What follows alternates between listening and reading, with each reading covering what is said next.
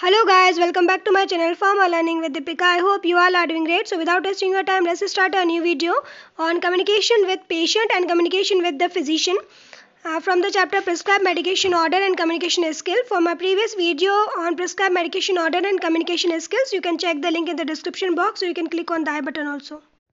Now let's talk about the communication with the patient. So how you will communicate with the patient? So first of all, you have to use the patient title. So you have to use the correct patient title while communicating with the patient. So the most important thing is first is the patient title. So use the correct title and never assume that all the adults are married or single. So you don't have to assume. So you don't have to tell them like Mrs., Mr., Miss, like that. So use the correct title, and if he is married, then you have to tell him Mrs., and if he is not married, then you have to tell Miss, like that. Then ask each patient how he or she wants to be addressed to convey the sense of respect for the patient. Then next is respect for the patient. So this is the most important thing. You have to respect your patient. So respond to the patient as a person, not a prescription or a case or a room or a bed number. सो आपको patient से हमेशा bed number, room number से या prescription के ऐसे बात नहीं करनी है. पेशेंट को अच्छी तरीके से उसके नाम वगैरह से आप रिस्पॉन्ड कीजिए. Then you have to avoid exchange personal information and confidences with the patient. Then arrange adequate time for the interaction and minimize the interruptions while communicating with that particular patient. Then you have to introduce yourself and explain the purpose of the interaction, why you are interacting with that particular patient. Then you have to explain who will see or use the obtained information. Then the environment should be clean, neat and well organized while communicating with the patient. Then not taking is acceptable but should not control the interaction. सो आप note down कर सकते हैं जो भी information वो दे रहा है, but आपको ध्यान में रखना है कि वो इंट्रैक्शन को कंट्रोल करके ना रखें. ठीक है, आपको इंटरेक्टिव भी बन के रखना है, प्लस वो जो इन्फॉर्मेशन दे रहा है उसको भी नोट करके रखना है. Then next is the questioning technique. So ये भी बहुत इंपॉर्टेंट चीज़ है कि कैसे आप क्वेश्चनिंग करते हो पर्टिकुलर पेशेंट से. So the pharmacist, not the patient, is one control the interaction by controlling the type of question asked and the time allowed for the response. So don't fire off a rapid sequence of yes or no questions. You have to be careful while asking the question. आपको rapid fire नहीं करना है उनके ऊपर questions का कि वो answers भी ना कर पाए. Then at the beginning, ask open-ended questions to allow the patient to talk freely about their medication and the concern. Example, what medications are you currently taking? Like that you have to ask the question. Then use the minimum facilitator.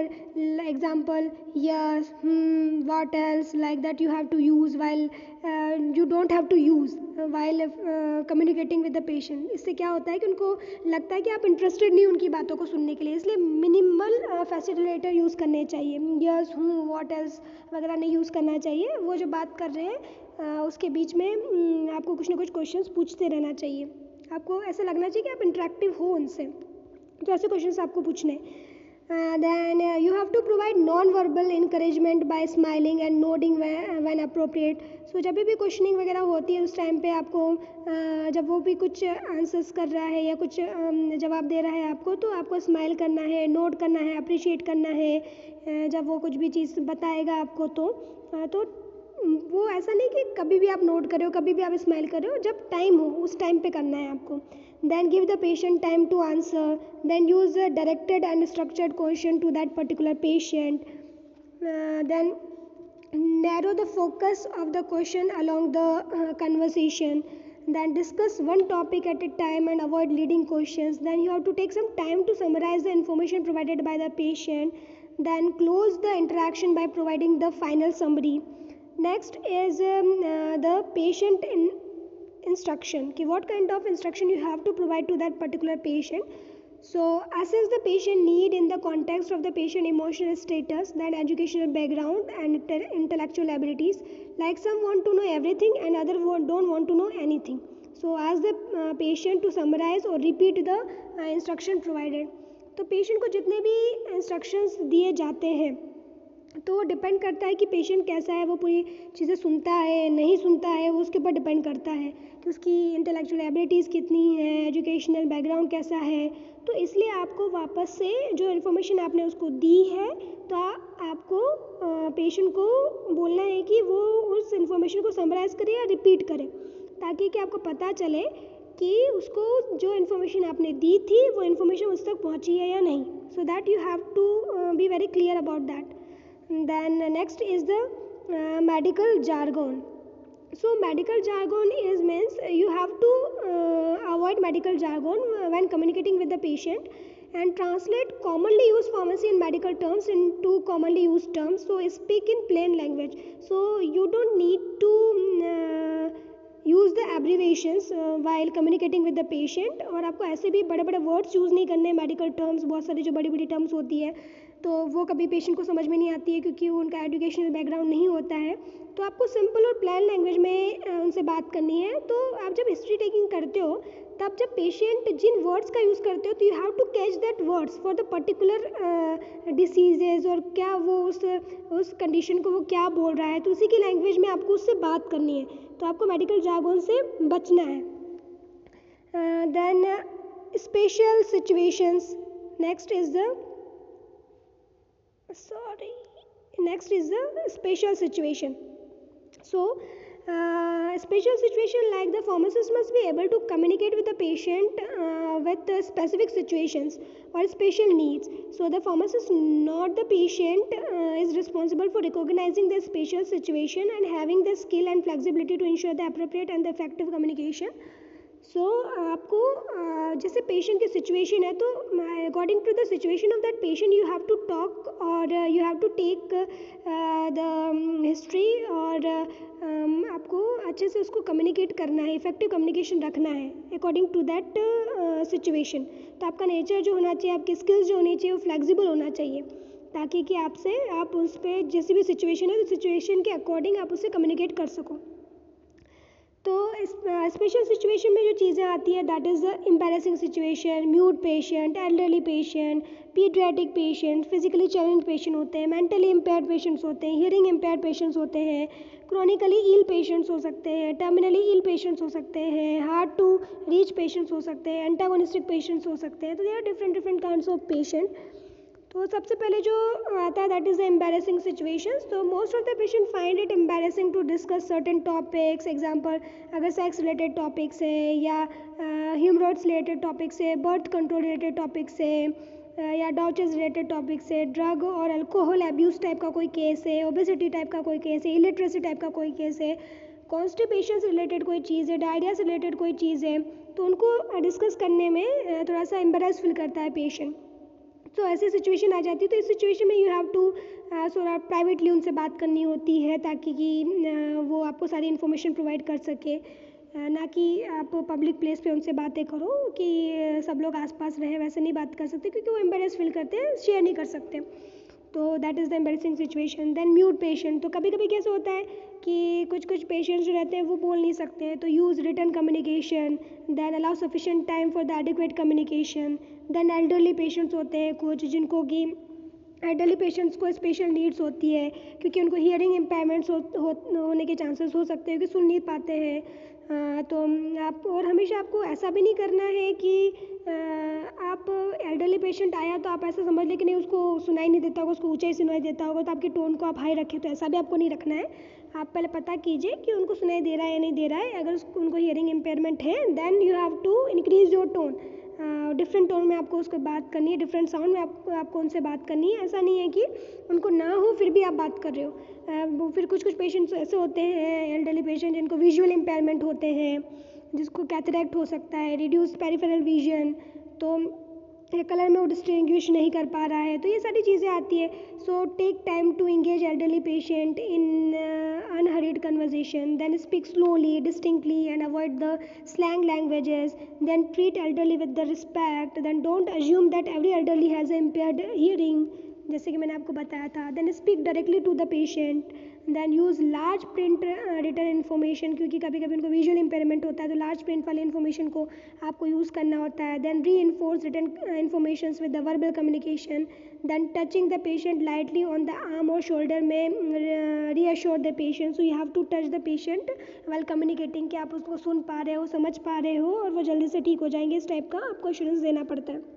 Then अगर paediatric patients की बात करें तो communicate directly with the paediatric patient as well as with the parents. So information must be as appropriate information होनी चाहिए. जब आप paediatric patients के साथ में बात करते हो तो उनके पेरेंट्स से आप बात करें या फिर उनसे डायरेक्टली बात करें अगर वो समझ सकते हैं तो. अगर नहीं समझ सकते हैं देन आपको उनके पेरेंट्स से बात करनी होती है और जितनी इन्फॉर्मेशन आप उनको दे सकते हो उतनी इन्फॉर्मेशन आप उनको दो. बाकी उनके पेरेंट्स को सारी information you have to provide. Then next is a physical challenged patient.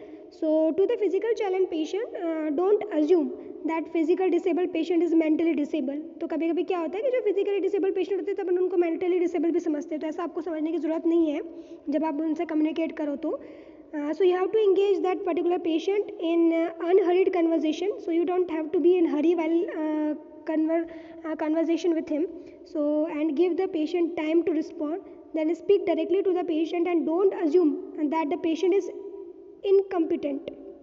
Then don't stare at the patient and avoid the eye contact. Then don't physically assess the patient without being invited doing this. Then next is a mentally impaired patient. So don't assume that the patient is incapable of participating in their health care. So communicate clearly and directly with that patient. Communicate clearly and directly with the caregiver. तो जो mentally impaired patient होते हैं तो उनको कभी भी incapable नहीं समझना चाहिए उनकी, क्योंकि वो लोग भी अपनी हेल्थ को लेके कॉन्शियस होते हैं. तो उनको ऐसे एजम्पशंस अपन को नहीं लेने चाहिए और आप डायरेक्टली पेशेंट के साथ में भी क्लियरली और डायरेक्टली कम्युनिकेट कर सकते हो. अगर नहीं कर सकते हो, अगर उसकी कंडीशन ख़राब है तो आप उसके केयर गिवर से भी डिस्कस कर सकते हो.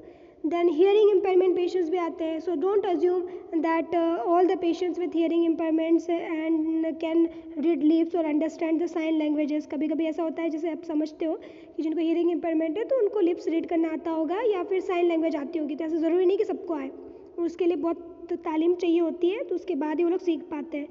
सो according to their need you have to communicate. So don't assume that a hearing aid returns the patient's hearing to normal. So don't assume that hearing impairment is accompanied with the intellectual impairment. So communicate clearly, slowly with the most minimum background noise. Then face patients who can read lips or use written communication to that hearing impairment patient.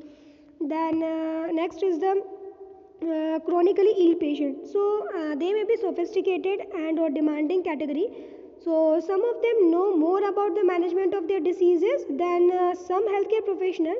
So some of the chronically ill patients may be completely disillusioned by repeated unsatisfactory informations and may be bitter, cynical and difficult to interact with. So assess the need of that particular patient, be flexible to communicate on appropriate level. Then terminally ill patient.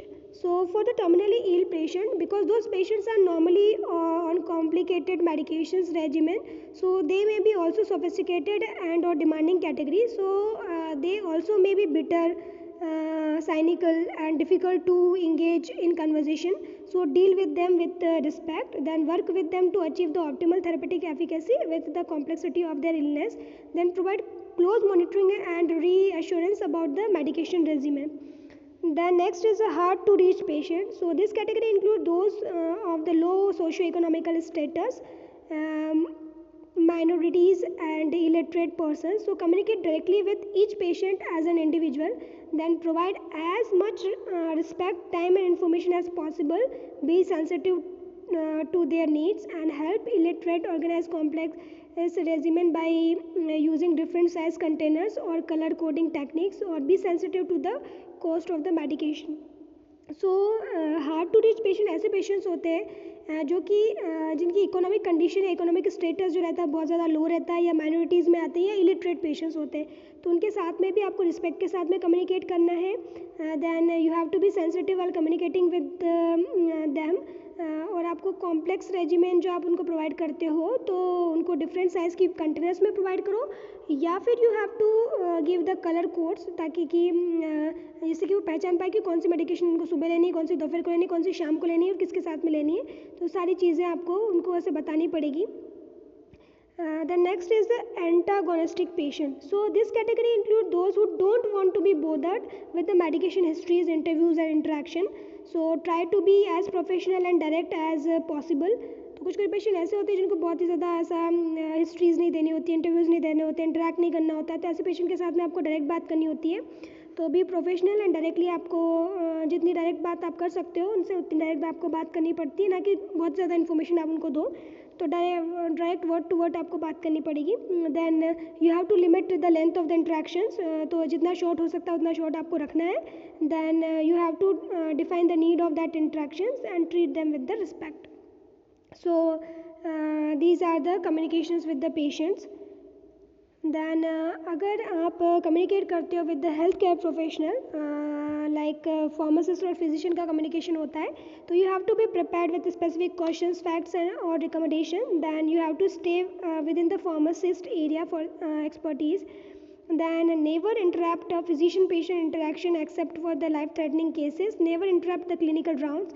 Then don't involve the physicians in lengthy social small talks. Then listen carefully, assess the information or the questions and ask for the clarification. So these are the communications with the healthcare profession. That's all for today. Thank you for watching. I hope you are liking my videos. If you like my videos, then subscribe to my channel and share my videos as much as you can with your friends and family members. Stay safe and healthy. Bye bye. Take care.